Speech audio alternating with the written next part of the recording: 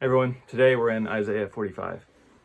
God says, I will give you the treasures of darkness and riches hidden in secret places, so that you may know that it is I, the Lord, the God of Israel, who calls you by your name.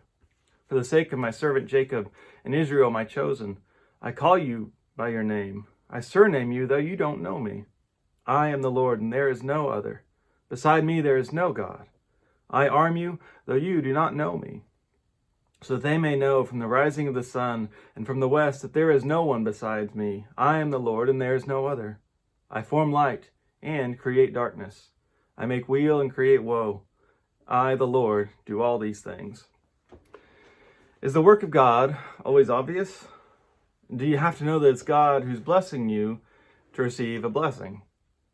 There are countless images in Scripture of God as light, as God is the one who reveals. And even here in Isaiah, God is partly doing things in order to be known.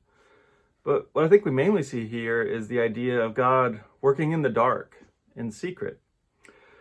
God is hidden, God is obscure somehow, and it's not an accident, right? We're not to blame for not being able to see what God's doing in the dark. In fact, Isaiah says God sometimes creates that darkness. In Christian spirituality, there's this concept of the dark night of the soul. Right? It's a phrase we've probably all heard, and it gets thrown around a lot. And I could go into what it means and what it doesn't mean for a while, but really it's about when the divine presence is obscure, or when we lose the obvious benefits of spiritual practices and prayer.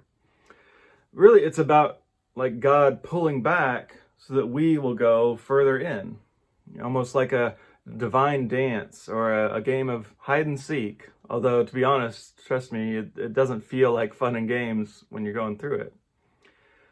Sometimes we actually come to know God better by losing our concepts about God. We have to drop those certainties of who God is so that we can learn more about who God is. Instead of holding on tightly to certain metaphors about God, we realize that no metaphor can fully capture the divine essence and all of its glory and mystery.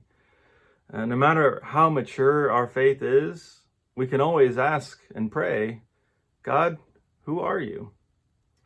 It's kind of a process of growth by loss, addition by means of subtraction. Sounds strange, it's a mystery, right? But what else should we expect from a God who is beyond words, from a God who says their treasure is in secret?